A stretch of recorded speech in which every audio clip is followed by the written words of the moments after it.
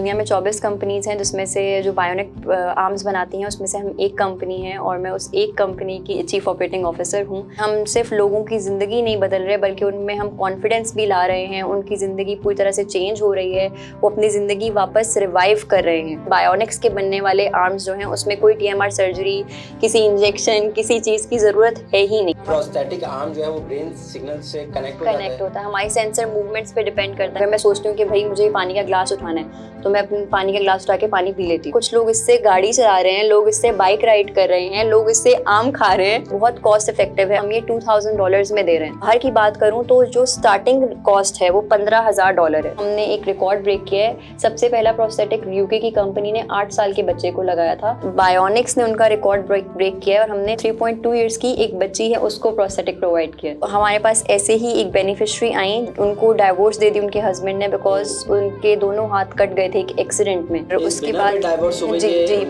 बिल्कुल ये हमारी सोसाइटी की एक सच्चाई है।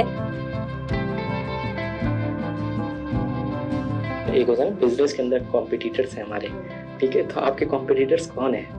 अगर मैं पाकिस्तान की बात करूं तो पाकिस्तान में फिलहाल कोई कॉम्पिटिटर है नहीं। इतनी सारी चीजों को करना, मतलब क्या इसके पीछे एक्सपीरियंस है? कोई जादू वादू नहीं करते। हाँ। हम लोग तो घर में भी ना वो खाने वाने को भी ना बिजनेस लेके चल रहे होते हैं, ये खाना बनाना तो ये इसमें इस तरह से ट्राई कर लो, ये शायद इनोवेटिव प्रोडक्ट बन जाए। अब का जमाना वो नहीं कि यार अब बस आपने शादी की, बच्चे हुए और अब आप बस मर गए। अब आपको सबको लेके चलना है। अगर आप कोई वर्किंग वुमेन है तो अपने फील्ड में आगे जाएं और आगे बढ़ें, कोई आपको रोक नहीं सकता।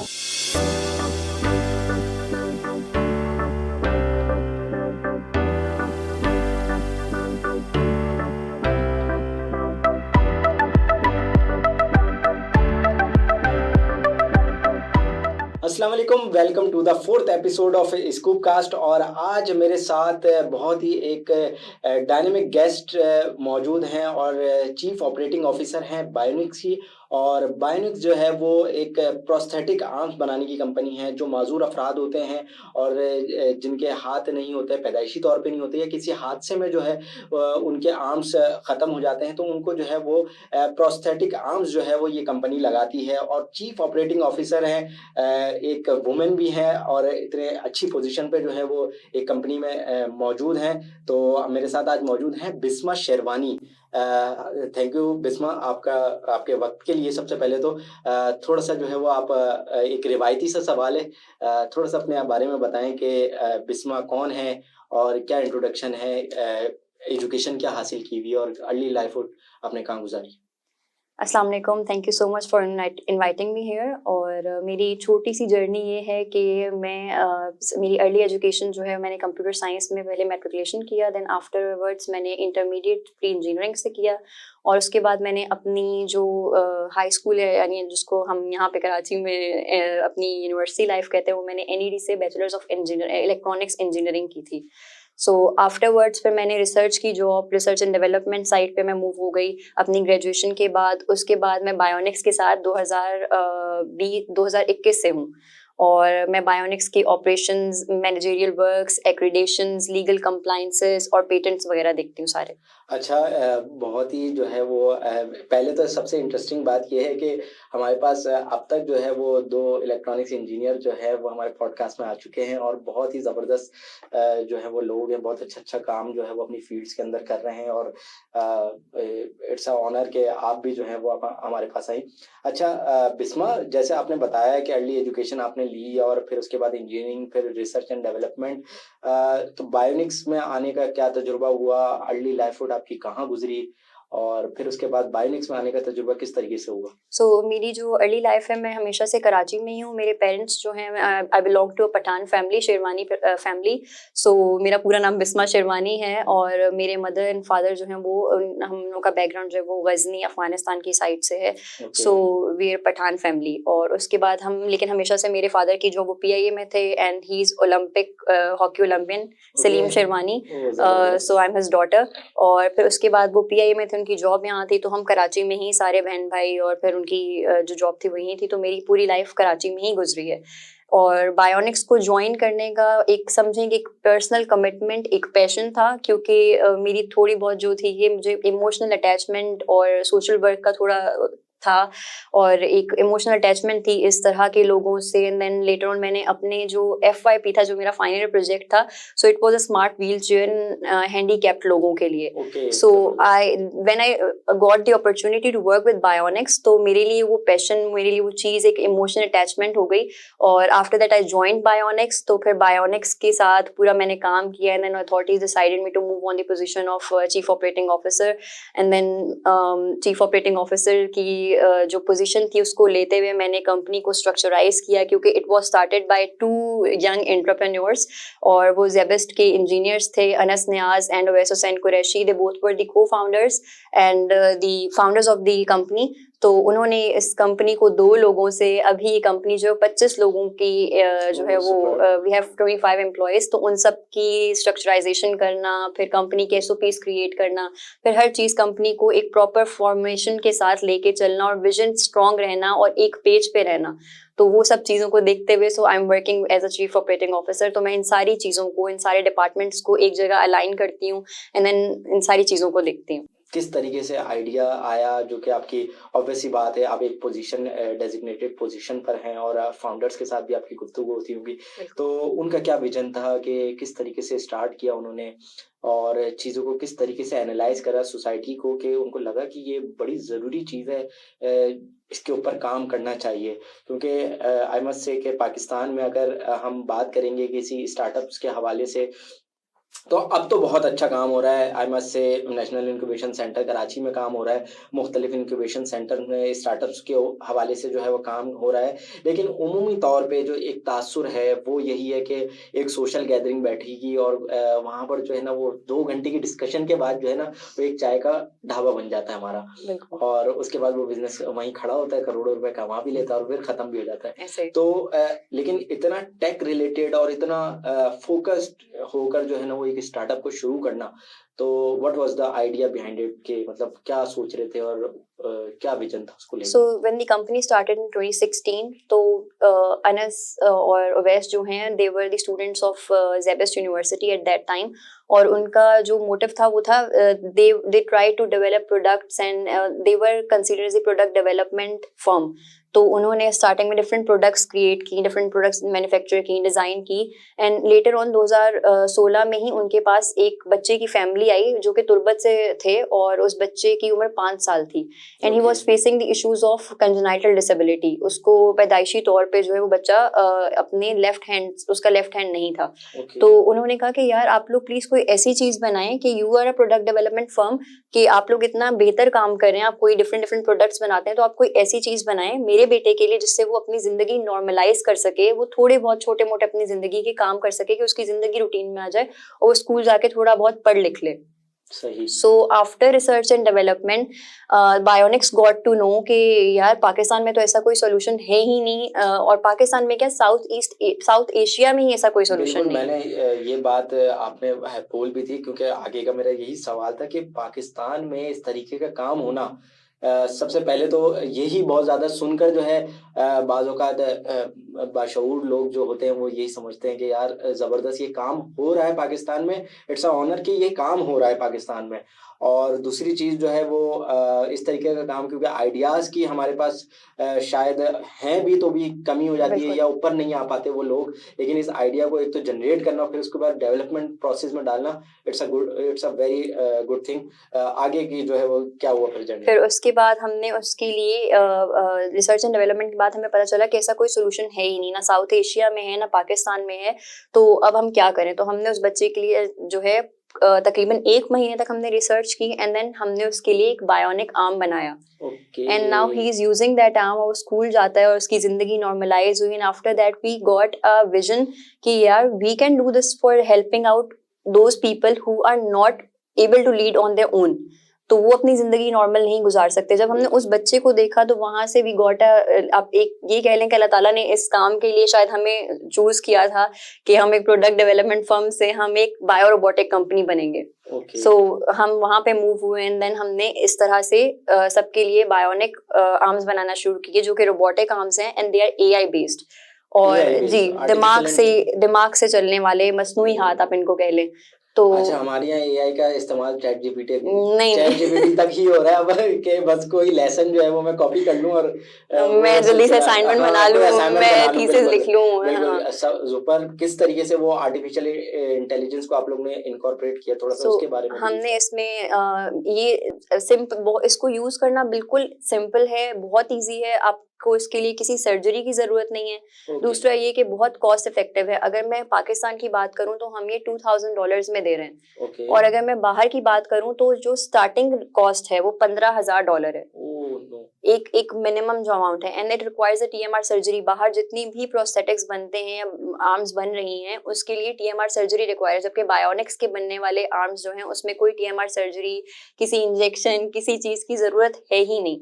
तो ये हमारे लिए बहुत प्लस पॉइंट है, हमारे लिए कॉम्पिटिटिव एज क्रिएट करता है, क्योंकि हम बिल्कुल सिंपल से इसको डिजाइन किया हुआ है हम लोगों ने। And it is completely customized, not only mechanically but also AI based customized। किस तरह से कि फॉर एग्जांपल कि किसी का हाथ कलाई से नहीं है, सही, ठीक है, तो हमने उसकी सेंसर्स और उसकी जो बैटरी से बस ये चलेगा।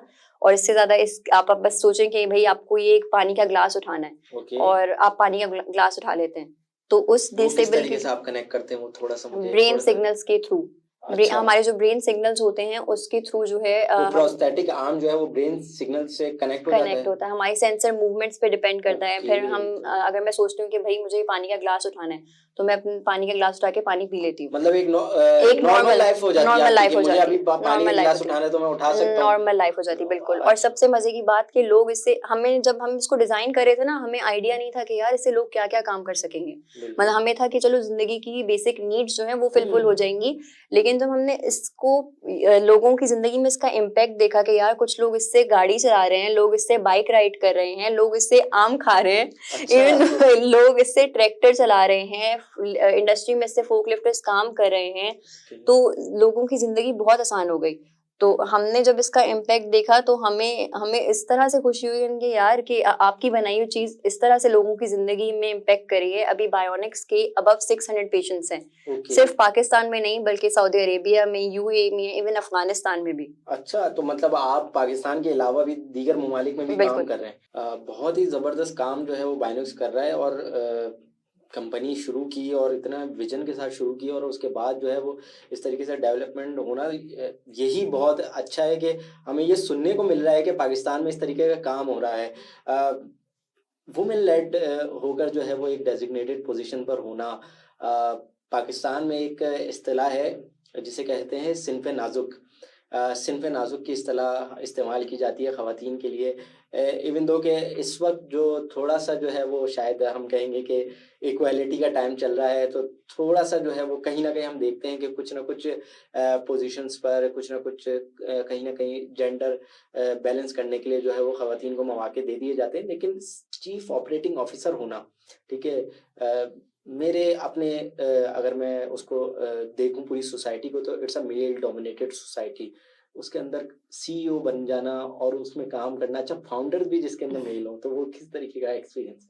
मेरे लिए तो बायोनिक्स में as a chief operating officer होना और वुमेन लेड कंपनी कह लें आप इसको, क्योंकि जब स्टार्ट हुई थी तो सिर्फ 2 लोग थे, 2 मेल्स थे, उन्होंने स्टार्ट की थी, और अभी हमारे पास 50% जो रेशो है वो वुमेन है हमारी कंपनी में। तो जब कंपनी को स्ट्रक्चराइज आने के बाद मेरे ख्याल से बिल्कुल, क्योंकि वो एक खातून ने जब उसको ज्वाइन किया and after that she got to know कि यार इसमें और वुमेन की भी जरूरत है और फीमेल वर्कर्स की भी जरूरत है।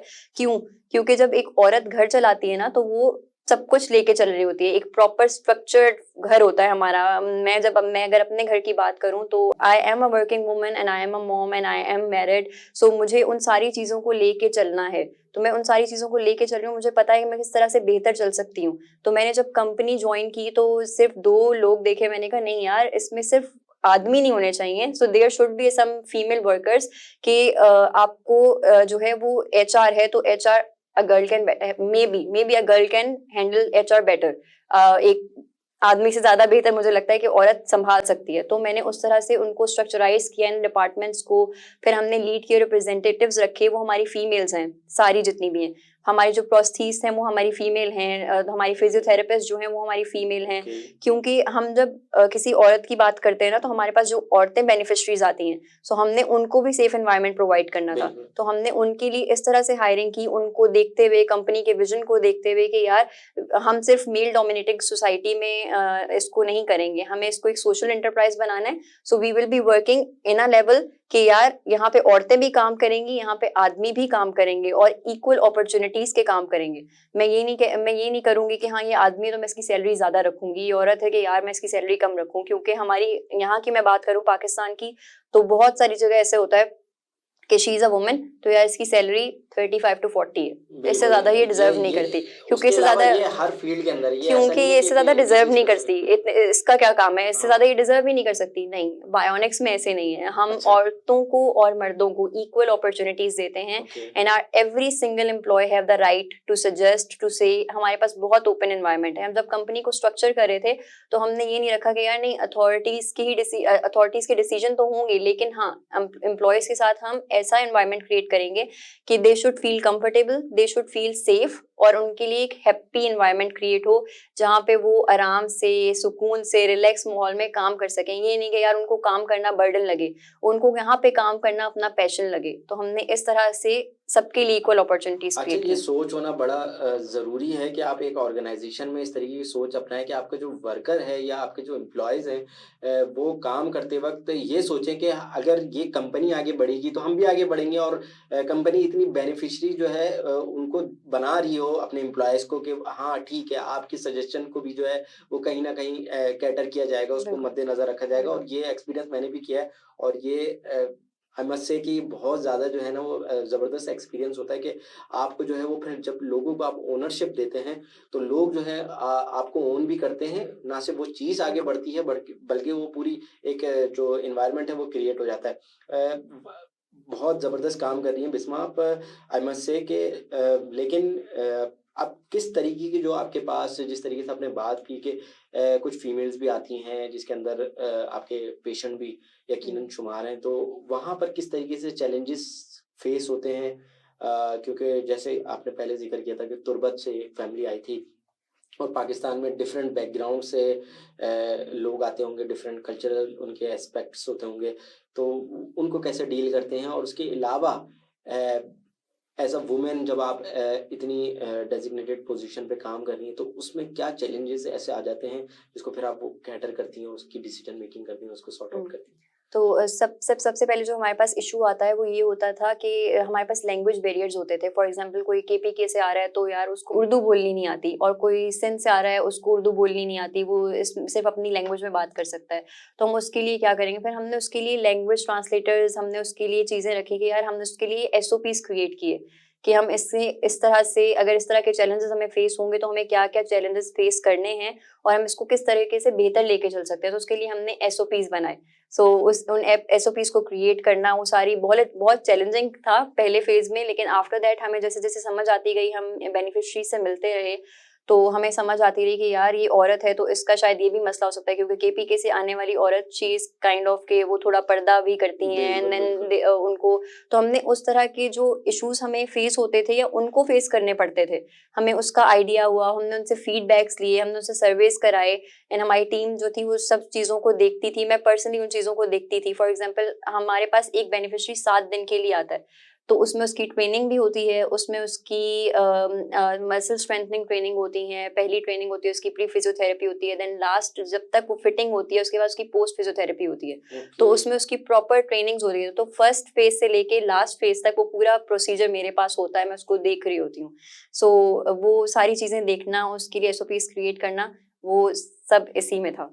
अच्छा, वैसे तो आपने बताया कि बहुत ज़्यादा जो है ना वो मुझे सुन के भी ये लग रहा है कि इतना ज़्यादा काम, और एक खातून, क्योंकि उमूमी तौर पे एक तासुर है ना कि बस ठीक है, अगर बीइंग अ मीडिया प्रोफेशनल हम देखते हैं कि हम चीज़ों को देखते हैं कि बस ठीक है, एक डेजिग्नेटेड पोजीशन है, अगर कोई खातून लड़की है, मैं अगर अपनी फील्ड के बारे में बात करूँ, ठीक है एंटरटेनमेंट की बीट कर लेगी बस दैट्स फाइन, ठीक है ना, कोई पॉलिटिकल बीट या कोई ऐसी बीट उनसे नहीं करवाई जा सकती, सिन्फ नाजुक है क्योंकि वो, लेकिन आपको देख के जो है वो एक चीज़ समझ आ रही है कि किस तरीके से एक वुमेन जो है वो पूरी ऑर्गेनाइजेशन को लेकर चल सकती है। बिल्कुल पहले तो बहुत ही ज़बरदस्त आपकी जर्नी है बिस्मा। साथ साथ जो है वो कुछ स्टडीज़ में कर रहा था और उसके अंदर मैंने बायोनिक्स के बारे में भी पढ़ा और ये भी जांच रहा था कि भाई चलो ठीक है भाई, बायोनिक्स काम कर रहा है, ठीक है, मुमकिन है पाकिस्तान में भी और भी कोई काम कर रहा हो, तो ये कोई शायद यूनिक काम ना हो कि उमूमी तौर पे हम कॉपी भी कर लेते हैं ना, हम तो अच्छे शरीफ लोग हैं। तो उसमें मैंने ये देखा कि उमूमी तौर पे मुझे जो अपनी अब तक की रिसर्च के बारे में आपके आने से पहले जो मैंने की, तो उसमें देखा मैंने 24 कंपनीज जो है वो काम कर रही हैं पूरी दुनिया में इस तरीके के प्रोस्थेटिक्स आर्म्स पे, और you are one of those companies and you are just one chief operating officer. ऐसे ही है। बिल्कुल। मुझे क्योंकि ये नॉलेज मिली कि मैंने देखा कि उनकी बिल्कुल मैनेजर तो पोजीशन क्या है, तो उसमें मुझे लगा कि शायद सीईओ जो है वो बिस्मा ही एक है खातून जो कि ऐसी कंपनी के अंदर काम करें। इज बिल्कुल इट राइट ऐसे ही है, और क्या बिल्कुल है? ऐसे ही है। तो दुनिया में 24 कंपनीज हैं जिसमें से जो बायोनिक आर्म्स बनाती हैं उसमें से हम एक कंपनी है और मैं उस एक कंपनी की चीफ ऑपरेटिंग ऑफिसर हूँ। और मुझे ये कहते हुए बहुत खुशी होती है और बहुत प्राउड फील करती हूँ कि I am doing this such a wonderful work, जिसमें हम सिर्फ लोगों की ज़िंदगी नहीं बदल रहे बल्कि उनमें हम कॉन्फिडेंस भी ला रहे हैं, उनकी ज़िंदगी पूरी तरह से चेंज हो रही है, वो अपनी ज़िंदगी वापस रिवाइव कर रहे हैं। अगर किसी की मैं बात करूँ, उसका हाथ कट गया और पिछले 2 साल से उसके पास उसका हाथ नहीं है, एंड देन सडनली उसको पता चले कि यार वो बायोनिक आर्म यूज करके अपनी जिंदगी नॉर्मलाइज कर सकता है और अपनी मोबिलिटी और इंडिपेंडेंस रीगेन कर सकता है, तो उसके लिए कितनी खुशी की बात होगी। सो मुझे उस इम्पैक्ट को और उसके बाद उस चीज को देखते हुए जितनी खुशी महसूस होती है और ये पता चलता है कि यार मैं उन कंपनीज की 24 कंपनीज में से एक कंपनी की सीईओ हूँ, तो ये मेरे लिए बहुत खुशी की बात है। अच्छा बिस्मा, जिस तरीके से हमने बात किया 24 कंपनीज की और शुरू में हमने जिक्र भी किया कि साउथ एशिया में जो है वो इस तरीके की कुछ कंपनीज मौजूद नहीं है जो कि इस तरह का काम कर रही हो। दुनिया में कौन कौन सी ऐसी कंट्रीज हैं जिसमें आपने देखा कि ये कंपनीज जो है ना वो बहुत अच्छा काम कर रही हैं, और मुख्तलिफ ममालिक में कौन से इसमें ममालिक जो है वो सर फहरिस्त हैं, मतलब कौन से तो अगर मैं बात करूं तो यूके, कनाडा, इन सारी जगहों पे, ऑस्ट्रेलिया, इन सारी जगहों पे बायोनिक प्रोस्थेसिस अवेलेबल हैं। अच्छा, लेकिन आप लोग बाहर भेजते भी, इन कंट्रीज में भेजते हैं? नहीं, हम नहीं भेजते, लेकिन मैं आपको बस वो बता रही हूँ कि हम अभी कोशिश करें कि हम एक्सपोर्ट की साइड जाएं। Okay. So we are fulfilling the legal compliances और रेगुलेटरी कंप्लायंसेस कि हम बाहर अपनी चीजें एक्सपोर्ट कर सकें। ओके। क्योंकि हमें पता है कि हम जितना जो काम कर रहे हैं और जो हम कॉस्ट दे रहे हैं वो हम बाहर की आधी कॉस्ट भी आप कह लें कि हम आधी से भी कम कॉस्ट में हम बिल्कुल बायोनिक ऐसे ही है, आर्म बिल्कुल प्रोवाइड ऐसे। करें। सो हम अभी कोशिश ये करें कि हम अपनी बायोनिक आर्म्स को जो है वो एक्सपोर्ट करना शुरू करें। सिर्फ पाकिस्तान में नहीं हम एक्सपेंड करें, हम अभी डिफरेंट सिटीज में भी सोच रहे हैं पाकिस्तान की कि हम एक्सपेंड करें और उसके बाद हम ग्लोबली भी एक्सपेंड करें। अच्छा बिस्मा, ज़बरदस्त, आप लोग एक्सपोर्ट की तरफ जा रहे हैं। अच्छा, लीगल कंप्लायंसेस की आपने बात की, तो किस तरीके के लीगल कंप्लायंसेस इस वक्त एक ऐसी कंपनी जो कि प्रोस्थेटिक आर्म्स पे बना रही हो, मेरे ख्याल से ये मेडिकल फील्ड के अंदर जो है वो थोड़ा सा फॉल करता होगा, तो किस तरीके के लीगल टर्म्स जो हैं वो आप लोगों को पूरी करनी पड़ती हैं थोड़ी सी, ये ताकि इसके हवाले से नॉलेज हो जाए। कॉपी कोई नहीं कर सकता क्योंकि आर्किटेक्चर, मेरे ख्याल में आर्किटेक्चर होता है, आर्किटेक्ट ही होता है, और जो कि मजदूर होता है वो मजदूर ही होता है। तो इस हवाले से मैंने पूछा कि किस तरीके की लीगल कंप्लायंसेस जो है वो आपको बाहर कंपनीज के लिए या एक्सपोर्ट करने के लिए पूरी करनी होती है, तो थोड़ा सा उसके बारे में एक रफ आइडिया अगर आप बताएं। तो सबसे पहले तो जब हम एक्सपोर्ट के लिए सोच रहे थे तो हमें सबसे पहले तो हमने कहा यार एक्सपोर्ट जा रहे हैं तो ऑब्वियसली हम इंटरनेशनल मार्केट में करेंगे, तो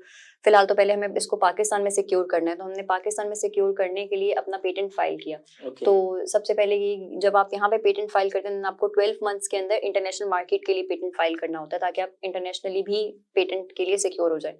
ठीक तो है। हमने यहाँ पे भी किया एंड देन हमने वहाँ पे भी पेटेंट के लिए फाइल कर दिया। उसके बाद हमने डिफरेंट सर्टिफिकेशंस ली क्योंकि हम मेडिकल डिवाइसेस की तरफ हम हेल्थ केयर में आते हैं, तो हमने उसके लिए मेडिकल डिवाइसेस रेगुलेशंस जो हैं उनको फुलफिल किया, सीई मार्किंग करवाई अपनी, देन ट्रेड मार्क्स हुए एंड देन आईएसओ सर्टिफिकेशंस हमने ली, क्योंकि इन सर्टिफिकेशंस के बगैर जो हम प्रोडक्ट दे रहे हैं फिर उसका कोई फायदा नहीं होता, क्योंकि हम अपने क्वालिटी स्टैंडर्ड्स हमें अपने शो करने होते हैं। और बायोनिक्स के क्वालिटी स्टैंडर्ड्स डिज़ाइन करते हुए हमने बहुत जो है पापड़ बेले हैं अच्छा। और बहुत ध्यान रखते हुए हमने अपने क्वालिटी स्टैंडर्ड्स को जो है वो किया है। हम अपनी क्यूसी को काफ़ी बेहतर तरीके से रखते हैं, क्योंकि हम किसी को जो प्रोडक्ट दे रहे हैं वो बायोनिक्स के विजन को दिखाता है। तो हमने अपनी सीई मार्किंग्स और अपनी आईएसओ सर्टिफिकेशन से अपनी क्वालिटी स्टैंडर्ड्स को डिफाइन किया है। अच्छा, ये सीई मार्किंग और आईएसओ सर्टिफिकेशन, इसको थोड़ा सा जो है ना वो ब्रीफ अंदाज में बताएं कि मतलब होता है क्या है, मतलब हमारे व्यूअर्स जो देख रहे हैं थोड़ा आसान अल्फाजों में, क्योंकि बहुत सारे प्रोडक्ट्स पर लिखा हुआ भी होता है आईएसओ बिल्कुल सर्टिफाइड, बिल्कुल सो बिल्कुल। वो बेसिकली लोगों को समझ नहीं आता कि बेसिकली किस चीज़ की सर्टिफिकेशन है, तो उसको थोड़ा सा जो है वो मार्क करके बताएंगे क्या एक्चुअली ये चीज़ होती है। तो आईएसओ सर्टिफिकेशंस जो ये है कि हमने हमारी प्रोडक्ट में सेफ्टी एंड सिक्योरिटी का जो बहुत कंसर्न होता है ना कि यार कोई यूज कर रहा है तो जब वो पहन रहा है तो इसमें किसी किस्म का सेफ्टी रिस्क ना हो, तो ये उसके लिए होता है। एंड देन आपकी इसमें डिफाइंड होते हैं पॉइंट्स में। हमने आईएसओ 9001 एंड 1348 की सर्टिफिकेशंस करवाई हैं अपनी। ओके। तो उसमें और ये ये होता सब है, आपने करवाई हैं या बिल्कुल मतलब क्या? बिल्कुल। जब मैंने अच्छा। ज्वाइन किया तो हमने बायोनिक्स के पास ऐसी कोई सर्टिफिकेशंस नहीं थी, एंड लेटर ऑन हमने इसको कहा कि नहीं यार हम एक्सपोर्ट पे जा रहे हैं तो बिफोर एक्सपोर्ट हम अपनी चीज को सिक्योर करेंगे। हम बिल्कुल। सिक्योर कैसे करेंगे? हम उसको ट्रेड मार्क्स देंगे, हम उसको पेटेंट्स देंगे, हम उसको आईएसओ सर्टिफिकेशंस देंगे। तो हमने ये सारी चीजों को एक फॉर्मेशन की कि यार इसको इस तरह से लेके चलना है। एंड देन मैंने उसको प्रोसीड करवाया और फिर हमने आईएसओ सर्टिफिकेशंस, पेटेंट्स और ट्रेड मार्किंग्स और मेडिकल डिवाइसेस रेगुलेशंस जो है उनको फुलफिल किया। अच्छा, साथ में सीई के बारे में मुझे बताएं कि मतलब सीई सर्टिफिकेशन सो क्या है? सीई मार्किंग ये होती है कि हम मेडिकल डिवाइसेस रेगुलेशंस के लिए फुलफिल करते हैं अपने आप को। हम जो मेडिकल डिवाइस प्रोवाइड कर रहे हैं वो ऑथेंटिकेटेड है और वो सेफ्टी सिक्योर्ड है। अच्छा, और उसके अलावा यूरोपियन साइट पे भी जो आप लोग सर्टिफिकेशन अप्लाई कर रहे हैं या उसकी भी कुछ लीगल जी, टर्म्स जो उसके मैंने आपके लिए बारे में रिसर्च की डिफरेंट लीगल कंप्लायंसेस होती हैं, उसको हम अभी देख रहे हैं। उसके लिए एफडीए अप्रूवल्स एंड उसके लिए क्योंकि हम एक्सपोर्ट करेंगे तो उसके लिए एफडीए अप्रूवल के बगैर हम एक्सपोर्ट कर नहीं सकते। सही so we need FDA approvals and duns certifications. अभी जो फिलहाल मैं काम कर रही हूँ मैं एफडीए और डंस के लिए काम कर रही हूँ। हमारा जो सोशल मीडिया है और जो इसका इम्पैक्ट है वो इतना ज़्यादा है कि लोग उसको खुद से, वर्ड ऑफ माउथ इतना है कि लोग उसको प्रेफर खुद करते हैं कि यार हम किसी ने लगवाया, उसको किसी के थ्रू पता चला यार बायोनिक्स बहुत अच्छा काम कर रहे हैं, they are providing prosthetic arm जो कि बाहर इतना महंगा मिल रहा है और पाकिस्तान में इतना सस्ता मिल रहा है और उसके लिए कोई सर्जरी की भी नीड नहीं है। तो ये हमारे बड़ा इम्पोर्टेंट आंसर है, क्योंकि ऑब्वियस सी बात है एक प्रोस्थेटिक आर्म को देख के एक कॉमन मैन को ये तासुर यही जाएगा कि भाई इसके लिए तो बहुत सर्जरी करवानी पड़ेगी, पता नहीं मुझे कितना इंजेक्शन खर्च, लगेगा। इंजेक्शन लगेंगे इवन और के जो कितना हमारे बड़ा। पास बच्चे आते हैं ना उनका पहला सवाल ये होता है हमें इंजेक्शन तो नहीं लगेगा, क्योंकि हमारे पास बहुत छोटे छोटे बच्चे भी आते हैं। तो अच्छा। हाँ, लाइक हमने जो सबसे अभी ये बात हो ही रही है तो मैं आपको बता दूं, जो हमने एक रिकॉर्ड ब्रेक किया है। सबसे पहला प्रोस्थेटिक यूके की कंपनी ने 8 साल के बच्चे को लगाया था। ठीक उसके है। बाद बायोनिक्स ने उनका रिकॉर्ड ब्रेक किया और हमने 4 साल के बच्चे को लगाया। उसके बाद that's बायोनिक्स ने अपना ही रिकॉर्ड ब्रेक किया और 3.2 इयर्स की एक बच्ची है मोमिना कराची की, और हमने उसको प्रोस्थेटिक प्रोवाइड किया। बिस्मा, इसके हवाले से जो है वो बस आपकी बातें सुन के जो है ना वो ये लगता है कि कितनी ज़्यादा नीड है आपकी सोसाइटी में इस तरीके के प्रोडक्ट की। और मतलब हम ये देख रहे हैं कि मतलब 2.5-3 साल के बच्चों को अगर इस चीज़ की नीड है और उसके बाद आपकी सोसाइटी में कितनी इसकी जगह होगी कि इस ऐसी प्रोडक्ट जो है वो बनाई जाए और उसके बाद जो है वो लोगों को प्रोवाइड की जाए। ऑब्वियस सी बात है, किसी चीज़ का ना होना, और वो कहते हैं ना कि वो अल्लाह ने आपको नेमतें दी हैं, हाथ ना होना या पाँव ना होना, तो वो बहुत ही जो है वो आपकी ज़िंदगी में एक जो खला आ जाता है तो वो बहुत ज़्यादा होता है। वलीद, मैं इस पे आपको एक और बात भी बताऊंगी कि मैं एक मदर हूँ और बीइंग अ मदर मैं मुझे पता है कि बेटी को संभालना या बच्चों को संभालना कितना मुश्किल काम होता है, क्योंकि आप बस इमेजिन करें कि आपका एक हाथ नहीं है या 2 हाथ नहीं है, तो बिल्कुल। आप बीइंग अ मदर अपने बच्चे को कैसे संभाल रही होंगी, बिल्कुल। क्योंकि उसको कपड़े पहनाना, उसको खाना खिलाना, उसे सारे काम करना।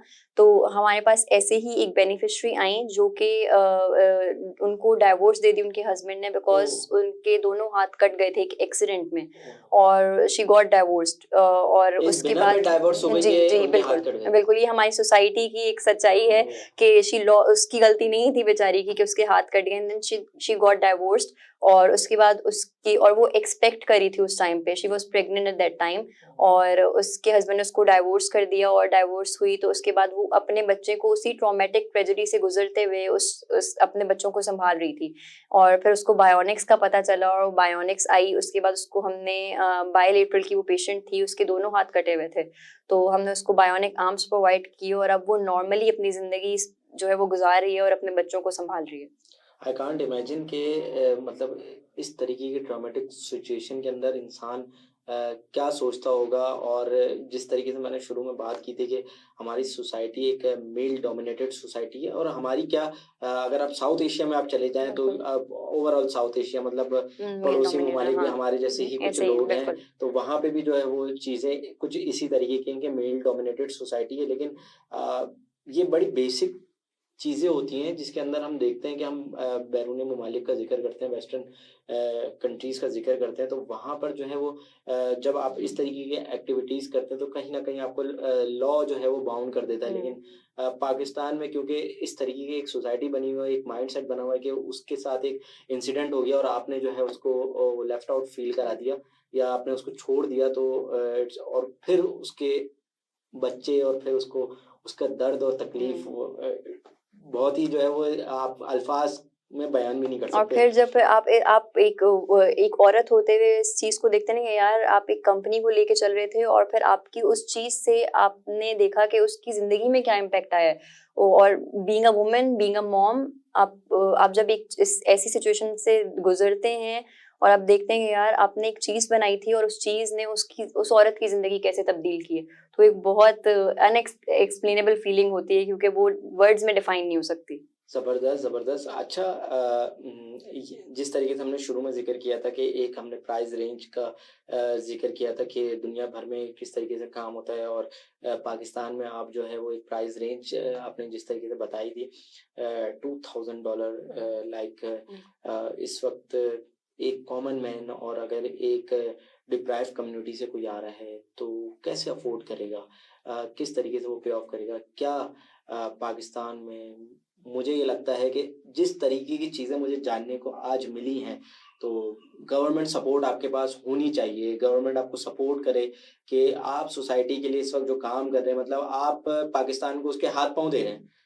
मतलब आपकी जो यूथ है या आपकी जो न्यू बॉर्न्स है या यंग जनरेशन है, अगर किसी का हाथ नहीं है तो आप उसको हाथ लगा रहे हैं, तो आप उसको हाथ पांव दे रहे हैं ना, पाकिस्तान को हाथ पांव दे रहे हैं। तो क्या कोई गवर्नमेंट सपोर्ट है, किस तरीके से ये चीज़ें मैनेज होती हैं?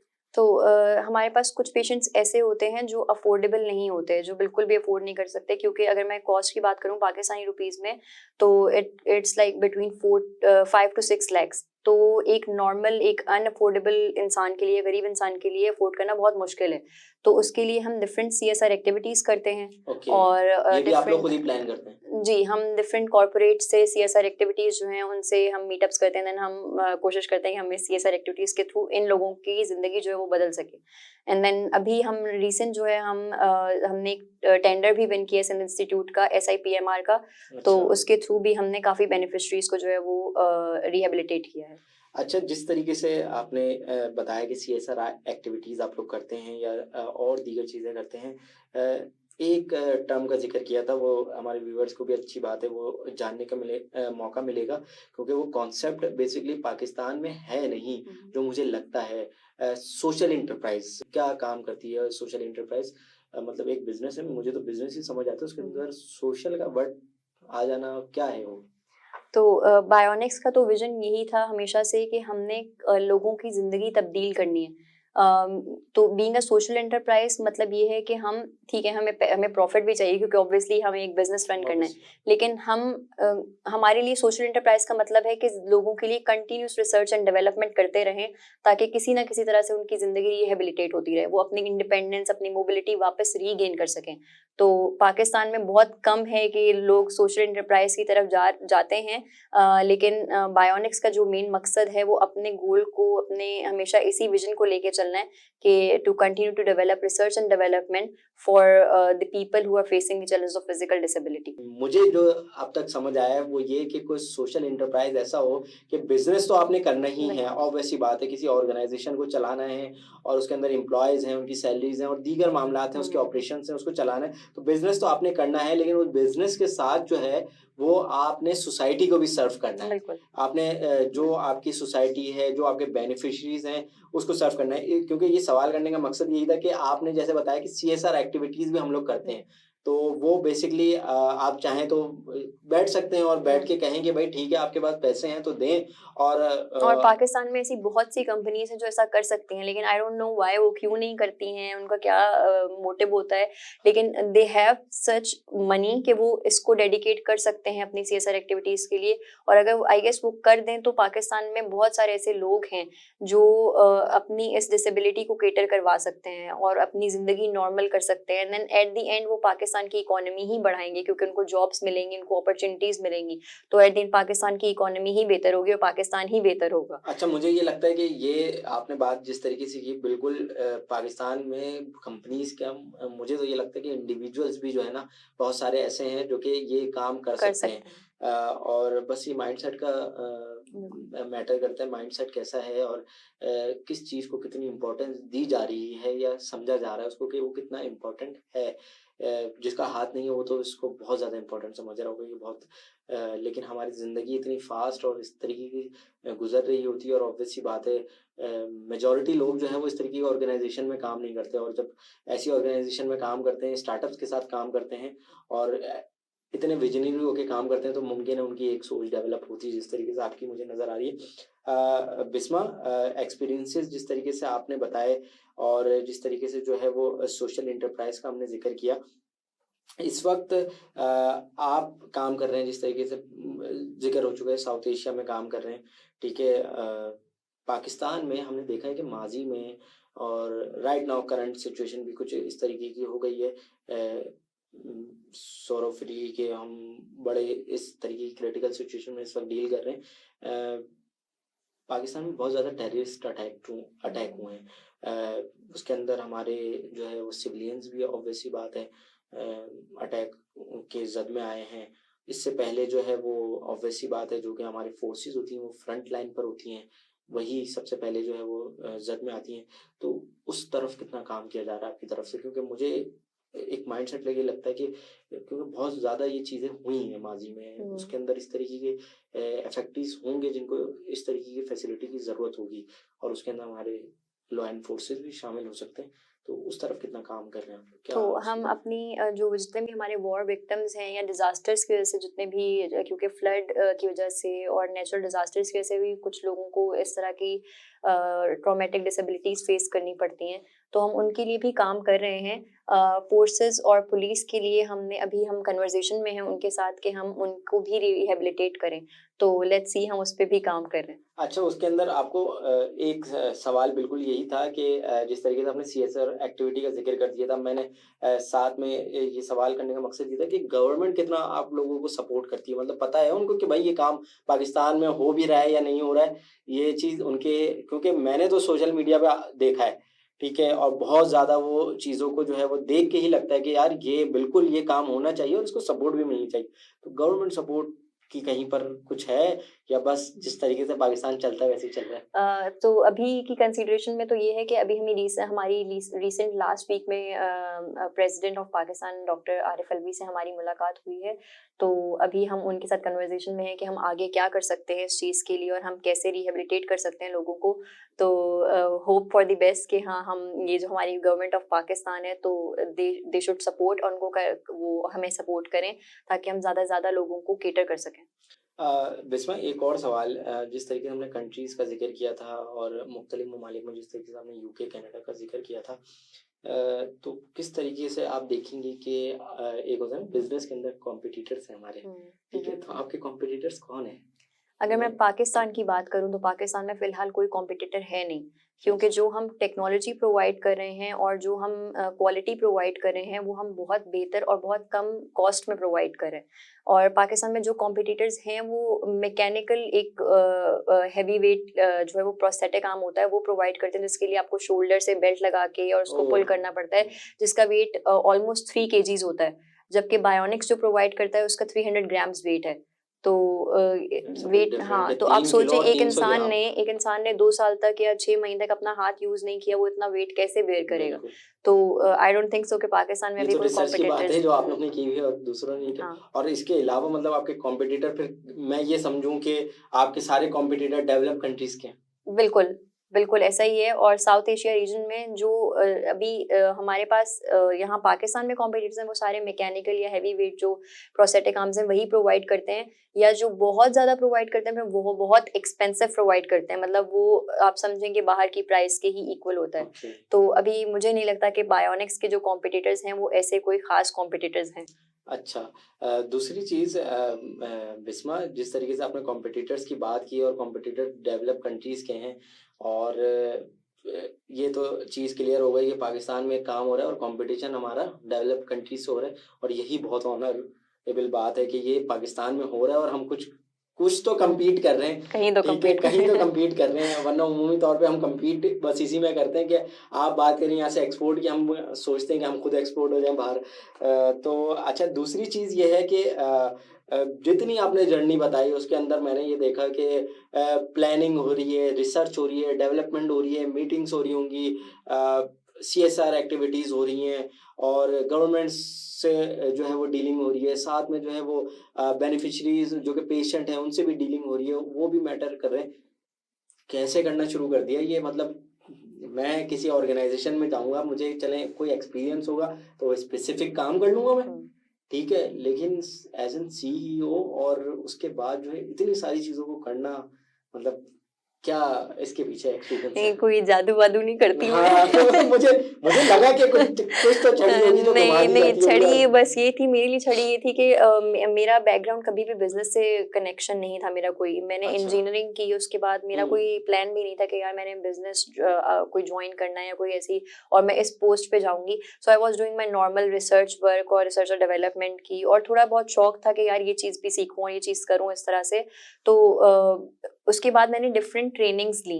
अच्छा। हाँ, मैंने लम्स में ट्रेनिंग की, लीडरशिप प्रोग्राम की, उसके बाद मैंने एक्सीड की ट्रेनिंग ली, उसके बाद अच्छा। मैंने मैकेंजी फॉरवर्ड प्रोग्राम है उसकी ट्रेनिंग ली, फिर डिफरेंट कॉम्पिटिशन्स थे और फिर उनसे थोड़ा थोड़ा सीखा, लोगों से सीखा, एंटरप्रेन्योर से मिली, डिफरेंट कम्युनिटी से मिली, नेटवर्किंग हुई, फिर स्ट्रेटेजिक लीडरशिप कैसे होती है, बिजनेस में स्ट्रेटजीज कैसे बनती हैं, कौन से डॉक्यूमेंट्स नीडफुल होते हैं, क्या किया जा सकता है बिजनेस के लिए, बिजनेस मॉडल्स कैसे डेवलप होते हैं।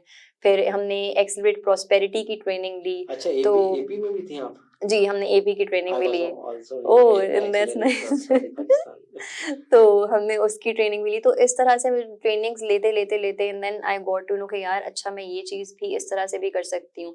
एंड देन गूगल भी थोड़ा बहुत सिखा चीज़ें, देता हाँ, है। सिखा देता है। और फिर जब आप एक मैरिड लाइफ भी गुजार रहे होते हैं और एक प्रोफेशनल लाइफ भी गुजार रहे होते हैं, तो आप बहुत सारी चीज़ें उससे भी सीखते हैं। मुझे समझ में आती है यार एम्प्लॉयज़ को कैसे मैनेज करना है, यार ये वाला एम्प्लॉय बड़ा पब्लिक तंग कर डीलिंग रहा है। और एम्प्लॉयज हाँ, को डील करना भी बहुत बिल्कुल। बाज़ तो औक़ात जो है ना ज़ब्त का काम हो जाता है हाँ, कि तो फिर यार ये वाला एम्प्लॉय बड़ा तंग कर रहा है, अब क्या करूँ? इस वाले एम्प्लॉय से ये वाला काम निकलवाना है, कैसे निकलवाऊँ?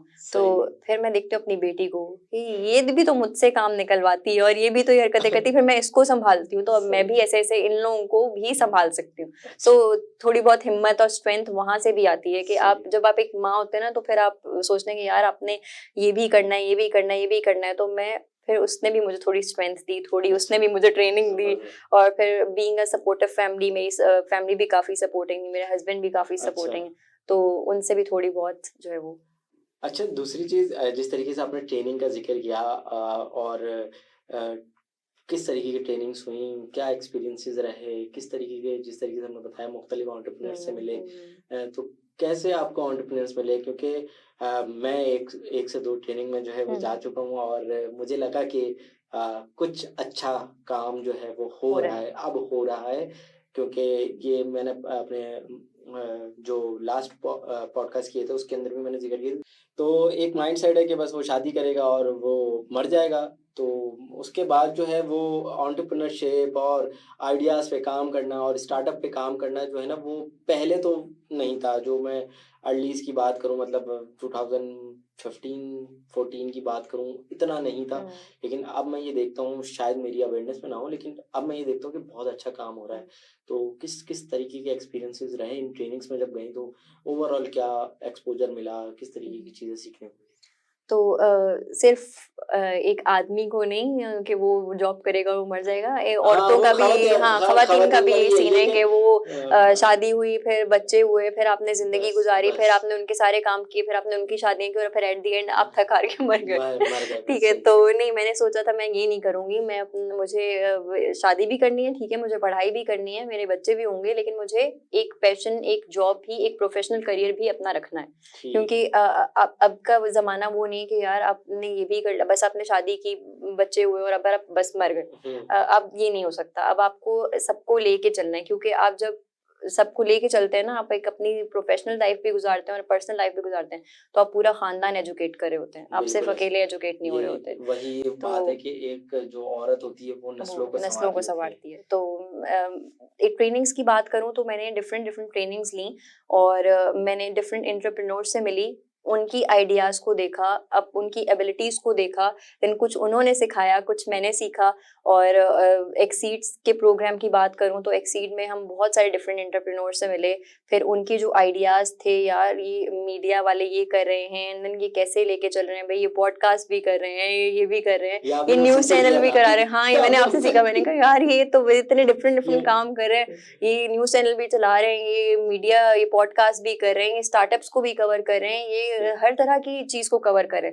तो ये सारी चीजें इस तरह के एंटरप्रेन्योर्स और इस तरह की ट्रेनिंग से मिली। देन बिजनेस मॉडल्स बनाना, और फिर आप अपनी चीज को रीब्रांड कैसे कर सकते हैं, आप अपने बिजनेस की ग्रोथ को कैसे स्ट्रक्चराइज कर सकते हैं, आपके लिए कस्टमर से या एम्प्लॉयज की जो एबिलिटीज है उनकी और उनके फीडबैक्स कितने इंपॉर्टेंट है आपके बिजनेस में।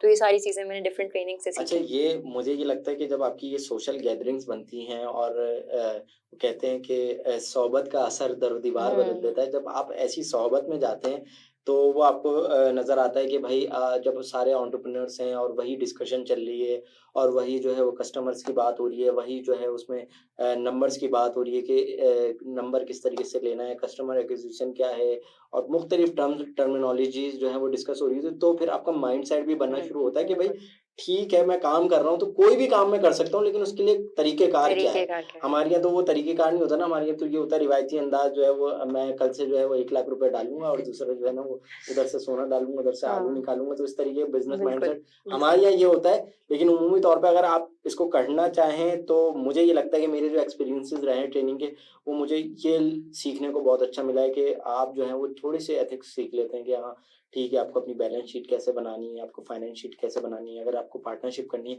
ये मैंने एक्सेलरेट प्रॉस्पेरिटी पाकिस्तान वाले प्रोग्राम में सीखा था और वो इंडस टेक लैब उस प्रोग्राम का नाम था। और मेरे लिए मुझे लगता है कि वो बहुत बेनिफिशियल प्रोग्राम था और वो बहुत अच्छा मेरे लिए ये सारी चीज़ इस तरह से बेनिफिशियल थी क्योंकि ऑब्वियसली मेरा बिजनेस बैकग्राउंड तो था ही नहीं। मैंने इंजीनियरिंग पढ़ी, फिर मैंने सोचा यार मैं सादी सी नौकरी करूंगी, कहाँ मैं घूमती फिरूंगी, मैं कौन सा एंटरप्रेन्योर हूँ। हाँ, तो फिर जब आपको एक अपॉर्चुनिटी मिली बायोनिक्स की तरफ से, फिर आप में वो थोड़ी एबिलिटीज थी, थोड़ी उन्होंने संवारी, थोड़ी आपने की, तो वो फिर आपने सारी चीज़ें सीखी। तो मेरे लिए बहुत ज़रूरी था इन ट्रेनिंग्स को लेना, क्योंकि मेरी पर्सनल ग्रोथ भी थी और मेरी प्रोफेशनल ग्रोथ भी थी। तो मेरे लिए ट्रेनिंग्स तो बहुत काम की थी। अच्छा बिस्मा, बस हम अपने पॉडकास्ट के इख्तिताम की तरफ ही जा रहे हैं और बहुत अच्छी गुफ्तगू जो है वो आपके साथ चल रही है, लेकिन साथ में जो है ना वो एक सवाल थोड़ा सा जो है वो मेरे माइंड में जो है वो क्लिक कर रहा है कि सारी बातें हो गई, हमने बात कर ली कि हमारी सोसाइटी क्या है, हमारी किस तरीके से बिजनेस जो है वो हमारा चल रहा है। बीइंग अ मैरिड वुमेन आप काम कर रही हैं, ठीक है, और सीईओ जो है वो हस्बैंड है और सीओओ जो है वो वाइफ है। तो वो एक्सपीरियंस कैसा है कि मतलब एक मैरिड लाइफ में हस्बैंड वाइफ का एक पर्सनल रिलेशन एक अलग चीज़ है, और साथ में जो है वो एक प्रोफेशनल रिलेशन होना और वो डिस्कशन होना, तो क्या घर में भी ऐसी बातें होती रहती हैं कि भाई ये काम करना है और ये काम करना है? हाँ, हम लोग तो घर में भी ना वो खाने वाने को भी ना बिजनेस लेके चल रहे होते हैं कि यार खाना बनाना है, तो ये इसमें इस तरह से ट्राई कर लो, ये शायद इनोवेटिव प्रोडक्ट बन जाएगी कुछ। अच्छा। तो वो घर में भी ऐसे ही होता है। लेकिन ये है कि जब आप मेरे हस्बैंड क्योंकि सीईओ हैं और मैं सीओओ हूँ, तो बायसनेस की बात आ जाती है, लेकिन बाइस्ड नहीं होते हैं हम। मतलब अच्छा। इसमें हम, मेरे लिए कोई वो नहीं है कि यार तुम अगर मेरी बीवी हो तो मैं तुम्हें ये वाली चीज में सपोर्ट कर दूँ, नहीं। तो he is the CEO of the company, और जो डिसीजन उन्होंने लेना है, भले बीवी है भले कोई एम्प्लॉई है, सो वो लेना है। अच्छा। हाँ, अगर बीवी गलत है तो भाई गलत है। अच्छा, अगर चीफ बिल्कुल ऑपरेटिंग, प्रोफेशनल, हाँ मैं बिल्कुल प्रोफेशनल प्रोफेशनल, रहूँगा। बिल्कुल अच्छा, बिल्कुल प्रोफेशनल। तो हम अच्छा, दोनों का यही है जबरदस्त। कि अगर आप जो टास्क मेरे हैं वो मुझे करने हैं, जो टास्क बिल्कुल। उनके हैं उनको वो करने हैं। सो लेकिन जहाँ पे कोई गलत है तो वहाँ पे पॉइंट आउट भी करना पड़ता है, क्योंकि ऑब्वियसली आप एक कंपनी लेके चल रहे हैं, आपके पास बिल्कुल, 25 एम्प्लॉयज और बहुत सारे लोगों की बिल्कुल, ज़िम्मेदारी होती है। जिम्मेदारी है। तो और आप एक सोशल एंटरप्राइज हैं, तो वहाँ और पर्सनल और प्रोफेशनल लाइफ्स अलग ही होती हैं, तो वो हमने ये अलग अलग ही रखनी रखी भी हैं। चाहिए। हाँ, अलग रखनी भी उमूमी तौर पे चाहिए। लोग मिक्स भी कर देते हैं इसको। मिक्स नहीं करनी चाहिए, बल्कि अलग रखनी चाहिए, क्योंकि जब आप प्रोफेशनल उस पे जाते हैं तो आप बिल्कुल अलग टर्म्स पे होते हैं, और पर्सनल फिर आप बिल्कुल अलग टर्म्स पे होते हैं। बिल्कुल। अच्छा, अवेश, जिस तरीके से आपने ज़िक्र किया कि घर में भी जो है वो कुछ हाँ। प्रोडक्ट डेवलपमेंट में जो है ना वो आप लोग काम करना शुरू कर देते हैं कि भाई खाना बना रहे हैं तो किस तरीके से बना रहे हैं। तो दोनों के एक्सपीरियंसेस जो है वो कैसे रहे? मतलब किस तरीके से ये बात जनरेट हुई कि बिस्मा आप जो है वो बिज़नेस को जॉइन करें, जबकि आपका कोई ऐसा बैकग्राउंड भी नहीं था। हाँ। तो वो जो है वो कैसे आपकी डिस्कशन स्टार्ट हुई और कैसे डिसीजन हुआ ये? तो भई हमारी तो शादी हुई, उसके बाद कुछ दिन के बाद उन्होंने, मैं रिसर्च का काम करती थी, तो उनको पता चला कि भई ये तो रिसर्च वगैरह का काम करती थी। अच्छा। सो ही सेड कि you should join the office ना। तो मैंने कहा नहीं, मैं ऑफिस कैसे जॉइन करूँगी, मैंने तो कभी बिज़नेस का, मुझे तो कुछ आइडिया ही नहीं है। तो ही सेड कि no, you are good with operations and management, और तुम्हें रिसर्च का आइडिया है, तुमने लीगल डॉक्यूमेंटेशंस वगैरह सारी कंप्लायंसेस हैंडल की हैं, सो व्हाई नॉट यू, हम कोई किसी चीज़ को हायर करें, किसी को हायर करेंगे, सो व्हाई तो शुड घर का एम्प्लॉय रख लेते हाँ, हैं। तो घर का एम्प्लॉय रखते हैं, लेकिन हम घर के एम्प्लॉय को सैलरी भी अच्छा, देंगे। देंगे? हाँ, हाँ, सही है, तो फिर हम ठीक घर है। के एम्प्लॉय को सैलरी भी देंगे, तो घर के एम्प्लॉय को सैलरी वरना मिलती ऐसा होता है, है। उमूमी तौर पे ये होता है कि अच्छा तुम्हें ये काम आता है, तुम मेरे लिए कर दिया करो ना। नहीं, नहीं, नहीं। अच्छा। फिर पहले तो मैं बहुत मतलब मैं थोड़ी हुई टेंशन में, मैंने कहा मैं कैसे करूँगी? मतलब मैंने तो कभी एक बिज़नेस को लेके चलना सही, ऑब्वियसली थोड़ी दूसरी बात होती है, सही। और आप कहीं जॉब करना एक दूसरी बात होती है। बिल्कुल। तो फिर खैर मैंने ट्राई किया, एंड देन फर्स्ट को मैंने थोड़ी सिखाया, ट्रेनिंग की, एंड देन जो चीज़ समझ नहीं आती थी वो बताते थे। आहिस्ता-आहिस्ता ग्रेजुअली फिर आई गॉट टू नो कि अच्छा ये चीज़ ऐसे हो सकती है, ये चीज़ ऐसे हो सकती है। फिर ट्रेनिंग्स हुई हैं, फिर वो डिफरेंट चीज़ें, मैंने डिफरेंट नेटवर्क्स जॉइन किए, तो फिर मुझे बिज़नेस के बारे में थोड़ा आइडिया होने लगा। अच्छा, एंड तो देन जब आपने कंपनी जॉइन की थी तो फर्स्ट पोजीशन आपकी क्या थी, और फिर उसके बाद किस तरीके से ग्रेजुअली पहले आपने 1 इंक्रीज? साल में तो मेरी कोई पोज़ीशन नहीं थी। कोई आई पोजीशन वाज़ नहीं है, ट्रीटेड बस एज़ अ कुर्सी पे लाके सिंगल बिठा दिया। एम्प्लॉयी, जो कि एचआर और मैनेजमेंट और इन सबको हैंडल करता था। अच्छा। हाँ, तो मैं एक नॉर्मल एम्प्लॉयी थी, और सही। उसकी सैलरी बहुत कम थी। अच्छा। हाँ, मतलब जैसे जितनी होनी चाहिए उतनी थी, कि बेगम है तो भई ये नहीं कि मैं सैलरी उठा के सारी इनको दे दूँ, हाँ। ऐसा नहीं था। तो मेरी सैलरी बिल्कुल बेसिक सैलरी थी, जितनी होनी चाहिए अकॉर्डिंग टू दी जो डिसाइडेड होती है कंपनी के प्रोसीजर्स के मुताबिक, तो वही सैलरी थी मेरी। उसके बाद मैंने अपने जो टास्क हैं और मैंने अपनी कमिटमेंट दिखाई, अपना पैशन दिखाया, एंड देन मैंने रिजल्ट्स शो किए, and after that they got me the opportunity कि तुम इस पोजीशन पे मूव हो सकती हो, तो अगर तुम चाहती हो तो तुम मूव हो जाओ। देन मैं मूव हुई इस पोजीशन पे। अच्छा, ज़बरदस्त। अच्छा, जिस तरीके से हमने वैसे बात की थी, जहाँ पर चीज़ों को डिस्करेज किया जाता है, वहाँ पे चीज़ों को जो है वो आपको एनकरेज भी करना चाहिए कि ओवेस ने बहुत ज़्यादा मतलब सपोर्ट किया, और बिल्कुल। इस तरीके की सोसाइटी में एग्ज़ाम्पल्स हमें मिलती वैसे कम हैं, ठीक है? उमूमी तौर पे एक तासुर होता है कि भाई ठीक है, आपकी शादी हो गई, आप घर में बैठे हैं, मैं सब कुछ कर लूँगा। हाँ, मैं अकेला कर लूँगा, हाँ, मुझे नीड नहीं है, तुम औरत हाँ। हो, औरत घर हाँ, सँभालती वो है घर बस। संभालती है, या अगर वो जॉब करने वाली है तो वो मेरे ख़्याल से स्कूल टीचर बन सकती हाँ, है। स्कूल टीचर बन सकती है, सुबह आए, दोपहर में फिर आके हाँ, खाना-वाना खाना बनाए, बनाए। बच्चों को सँभाले, रात में खाना दे, और फिर अब बस हाँ, ज़िंदगी खत्म। ज़िंदगी ख़त्म। लेकिन इस चीज़ को बहुत एनकरेज करने की ज़रूरत है कि आपको आपके हस्बैंड ने जो है वो इतना सपोर्ट किया। अच्छा, दूसरी चीज़ जो है वो किस तरीके से इसको देखती हैं कि देखें, एक तो आपको सपोर्ट मिला और आप जो है एक लाइफ़ साइकिल चला रही हैं जिसके अंदर प्रोफ़ेशनल लाइफ़ भी है, जिसके अंदर पर्सनल लाइफ़ भी है। कहीं पर ये डिस्कशन होती है कि ऑब्वियस सी बात है, आपकी माशाल्लाह से बेटी भी है, तो उसको टाइम देना, हस्बैंड को टाइम देना, फिर ऑब्वियस सी बात है फैमिली है, तो फिर फैमिली को टाइम देना, अवेज की फैमिली है या फिर आपकी अपनी पर्सनल फैमिली है, तो उसको टाइम देना, वो सारी चीज़ें किस तरीके से बैलेंस होती हैं? तो ये है कि अल्हम्दुलिल्लाह मेरे हस्बैंड भी काफ़ी सपोर्टिव हैं और मेरे जो इन लॉज हैं वो भी काफ़ी सपोर्टिव हैं। ज़बरदस्त। हाँ, तो अगर कोई ऐसी सिचुएशन आती है कि कभी मीटिंग में जाना होता है या कुछ होता है, तो मेरी मदर उनको संभाल लेती हैं, मेरी बेटी को, या फिर मेरी जो मदर इन लॉ हैं वो संभाल लेती हैं। तो वैसे तो नॉर्मली वो हमारे साथ ऑफिस ही जाती है। शी वाज़ 2 अच्छा। मंथ्स ओल्ड जब वो अच्छा। जब से हमारे साथ ऑफिस जा रही है। अच्छा। मैंने अपनी मैटरनल लीव के 2 मंथ्स के बाद जो है वो ऑफिस जॉइन कर लिया था वापस। ओके। तो वो तब से हमारे साथ ऑफिस जा रही है and she is too social कि उसको अच्छा लगता है, उसको भी अभी से ऑफिस जाना अच्छा लगता है। अच्छा, तो हमारे पास वो ज़बरदस्त। नन्हा एंटरप्रेन्योर है एक। अच्छा, ज़बरदस्त है। अच्छा बिस्मा, एक सवाल जो है वो हमने तज़किरा किया, मेल डोमिनेटेड सोसाइटी है, उसके अंदर एक खातून का काम करना और एक की पोजीशन पे काम करना, it's a very different thing. और साथ-साथ प्रोफ़ेशनल, पर्सनल लाइफ़ को जो है वो मैनेज करके चलाना, ठीक है? और एक मदर होना और फिर उसके साथ जो है वो अपनी इतनी ज़िम्मेदारियों को पूरा करना। एक बड़ा-सा कॉमन सा क्वेश्चन है, वो उमूमी तौर पे जो है वो हम अपनी सोसाइटी में देखते भी हैं। इसमें यकीनन मैं अपना एक्सपीरियंस भी शेयर करूँगा। एक बॉस है और वो खातून है। अब सिचुएशन बाज़-औक़ात होती है कि आप प्रोफ़ेशनली काम कर रहे होते हैं, तो कभी मूड अच्छा भी होता है, कभी मूड ख़राब भी होता है, कभी कोई चीज़ करनी होती है तो उसपे ज़िक्र और अंदाज़े बयाँ जो होता है वो थोड़ा-सा हो जाता है बाज़-औक़ात, दूसरे को मुमकिन तौर पे लगता है कि शायद हार्श हो गया है। तो हमारी सोसाइटी या नीचे जो वर्कर काम कर रहा है, ऑब्वियस सी बात है वो यूँ देखेगा और कि मैं खातून मुझे कैसे जो है वो ऑर्डर दे ऑर्डर सकती दे है। सकती है और मेरी बॉस जो है वो खातून है। तो वो एक अनसर शायद मुझे लगता है कि माइंडसेट में हमारे होता है। उस चीज़ को कैसे डील करती हैं? वो कभी फेस करनी पड़ी है? तो अभी अभी तक तो मुझे ऐसा कुछ फेस नहीं करना पड़ा क्योंकि हमने एनवायरनमेंट ही ऐसा क्रिएट किया हुआ है जहाँ पे इक्वल अपॉर्चुनिटीज़ हैं। तो जब आप जी, जी। इक्वल अपॉर्चुनिटीज़ की बात करते हैं तो वो और बीइंग अ वुमन और being a CEO of the company, तो इक्वल अपॉर्चुनिटीज़ मतलब कि मेरे पास राइट्स हैं कि हाँ, मैं इसको ये बात बोल सकती हूँ एंड ही नोज़ कि वो मेरी बॉस है। और उसमें जेंडर का कोई सीन नहीं है कि भई अगर मैं मेल हूँ तो इसको मुझसे तमीज़ से बात करनी चाहिए क्योंकि ये औरत है और ये मेरी बॉस है। तो ऐसा कुछ भी नहीं है। हमने सबके लिए इक्वल अपॉर्चुनिटीज़ प्रोवाइड की हैं। हाँ, अपनी बात करने का एक तरीका है कि बिल्कुल। आप अपनी बात एथिक्स के अंदर और लिमिट्स के अंदर रहते हुए करें। आप अपनी बात बिल्कुल हम तक पहुँचा सकते हैं, लेकिन ये नहीं है कि आप बदतमीज़ी से करेंगे और ये औरत है तो आप इससे बात नहीं करेंगे, आप इसको जवाब नहीं देंगे और अगर वो आपसे कुछ पूछ रही है तो आप इससे कुछ नहीं कहेंगे। आप बात तो अथॉरिटी से करेंगे क्योंकि वो आदमी है। सही। तो ऐसा कुछ नहीं है। और मैं ऑर्डर्स देती हूँ और ऑर्डर्स फुलफिल भी होते हैं। अच्छा। लेकिन हाँ, अगर कहीं मुझे कोई सजेस्ट करना चाहता है तो उसका एक प्रॉपर हमने एसओपी क्रिएट किया हुआ है।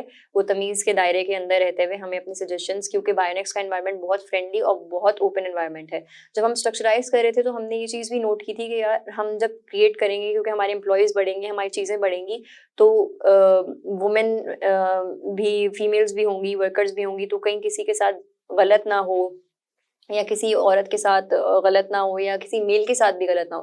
क्योंकि जहाँ हम बात करते हैं औरतों की, हमें मेन को भी वैल्यू देनी पड़ती है। आदमियों की भी उतनी ही कंसिडरेशन होती है जितनी औरतों की होती है। मैं इस चीज़ की बिल्कुल वो नहीं कहूँगी कि नहीं ये औरत है तो मैं इसका साथ दूँगी। जो सही है वो सही है, इवन वो भले से वो आदमी है या औरत है। तो इसमें कोई शक नहीं है कि अगर वो उसने मैं औरत हूँ तो मैं और आपने कुछ गलत कह दिया तो मैं आपको फिर, या आपने कुछ सही कह दिया तो मैं बोलूँगी कि नहीं आपने गलत कहा है। तो सही। अगर आप सही हैं, हाँ, तो मैं उसको प्रोसीड करवाऊँगी, लेकिन अगर आप सही नहीं हैं, तो मैं उसपे आपको आपकी सजेस्ट करूँगी कि आप ये चीज़ बेहतर कर सकते हैं। सही। अच्छा, ये तो इसी से और कनेक्ट है कि क्योंकि मेरी डेज़िग्नेशन ऐसी है, क्योंकि मुझे सबको एक जैसा एनवायरनमेंट प्रोवाइड बिल्कुल। करना है, तो मेरे लिए कभी चैलेंजिंग भी हो जाता है, लेकिन हाँ, उसको मैं कैटर कर लेती हूँ। और मैंने सिर्फ़ अपने बेनिफिशियरीज़ के लिए एनवायरनमेंट सेफ़ क्रिएट नहीं करना, मैंने अपने एम्प्लॉइज़ के लिए भी सेफ़ एनवायरनमेंट क्रिएट करना है। क्योंकि अगर मेरे एम्प्लॉइज़ सेफ़ हैं और सिक्योर और कंफर्टेबल एनवायरनमेंट में काम कर रहे हैं, तो ऑब्वियसली वो डिलीवर भी अच्छा करेंगे। बहुत ही ज़बरदस्त बिस्मा, थैंक यू, आपने अपना वक्त निकाला इतना और बहुत ही जो है वो फ्रूटफुल डिस्कशन हमारी रही। क्या कहना चाहेंगी, बस एक लास्ट मैसेज मैं आपसे चाहूँगा इस वक्त करंट सिनेरियो जिस तरीके से आप देख रही हैं पाकिस्तान का, इकोनॉमिकली भी जो है वो हमारी बहुत सारे चैलेंजेस हैं। ऑब्वियस सी बात है, जो फीमेल्स घर में हैं या स्टडी कर रही हैं या हाउस वाइफ्स हैं, ठीक है, उनके लिए एक जो मैसेज है वो देना चाहें अगर आप, तो क्या देंगी मैसेज? मेरा मैसेज यही होगा कि be yourself, be dedicated and committed to yourself. और अगर आपका कोई पैशन है तो उसको रोके नहीं, और अगर आप अपॉर्चुनिटीज मिस करके और उनसे डर के बैठ गए हैं तो उस चीज़ से भी नहीं डरें, क्योंकि अपॉर्चुनिटीज मिस भी होती हैं और आगे आती भी रहती हैं। ये नहीं कि यार मेरी ये वाली अपॉर्चुनिटी मिस हो गई है, मैं आगे नहीं बढ़ सकती क्योंकि मेरी लास्ट वाली से मैं डिसहार्ट हो गई हूँ। तो ऐसा नहीं करें, अगली वाली अपॉर्चुनिटी को ग्रैब करें। हो सकता है वो आपकी पिछली वाली अपॉर्चुनिटी से बहुत बेहतर हो, और हो सकता है कि वो आपके पैशन को और आपकी कमिटमेंट को देखते हुए अल्लाह ताला ने आपकी तरफ भेजी हो। सो उस अपॉर्चुनिटी को ग्रैब करें। और मेरे लिए, अगर आप कोई वर्किंग वुमेन है तो अपने फील्ड में आगे जाएं और आगे बढ़ें। कोई आपको रोक नहीं सकता, क्योंकि आप उस जॉब के लिए आपको डिज़ाइन किया गया है। सो और वर्किंग वुमेन होना या एक मॉम होना और फैमिली को लेके चलना, मेरे ख्याल से वो बहुत हिम्मत वालों का काम होता है। नहीं, और साथ में अगर आप हाउस वाइफ हैं तो हाउस वाइफ बिल्कुल। बीइंग हाउस वाइफ भी जो है ना, वो आप अपने पैशन को फॉलो कर सकती हैं कि कोई हाँ, मेरे ख्याल से ये नहीं हर्डल है कि या हाँ कि वो आपकी नहीं है शादी कि हो गई है तो आप तुम्हें आगे कुछ नहीं नहीं बढ़ कर सकती। सकती। और हाँ, मुझे नहीं लगता कि अभी कोई भी लड़की ऐसी है जिसकी शादी हुई हो और वो सोचे कि यार नहीं, अब मेरी जिंदगी यहाँ पे खत्म हो गई है। क्योंकि अब जो जनरेशन है वो उसको सही है, वो कमिटेड हैं, उन्होंने अपनी पर्सनल लाइफ भी गुजारनी है, लेकिन उनको ये भी एक अपना प्रोफेशनल करियर भी लेके चलना चाहिए, क्योंकि एट द एंड आप एक कम्युनिटी को ग्रो कर रहे हैं। जी बिल्कुल, अपॉर्चुनिटीज़ को जो है वो ग्रैब करें और अपने पैशन को फॉलो करें। और अ, आज यकीनी तौर पे जो है वो आपको जानने का मौका मिला होगा कि किस तरीके से पर्सनल और प्रोफेशनल लाइफ को जो है वो एक वुमेन जो है वो अपने लेकर चल सकती है। और यकीनी तौर पे मैरिड लाइफ या और दीगर तरीक़ेकार जो हैं वो आपकी लाइफ में हर्डल नहीं बनते। अगर आपकी सोच अच्छी है और आप अपने पैशन को जो है वो फॉलो करना चाहते हैं, तो यकीनी तौर पे जो है आप अपने पैशन को फॉलो कर सकते हैं। और हमारे सोसाइटी में बहुत सारे अनसर ऐसे भी होते हैं कि डिसहार्टमेंट हो जाती है, चीज़ों का हम छोड़ देते हैं, लेकिन आपको उसको छोड़ने की ज़रूरत नहीं है। आप चाहें तो अपने पैशन को फ़ॉलो कर सकते हैं और यकीनी तौर पे चीज़ों को बहुत अच्छे तरीक़ेकार से लेकर जो है वो चल सकते हैं। अगले एपिसोड तक के लिए अल्लाह हाफ़िज़। और यकीनी तौर पे उम्मीद करता हूँ कि आपको आज का एपिसोड पसंद आया होगा। अल्लाह हाफ़िज़।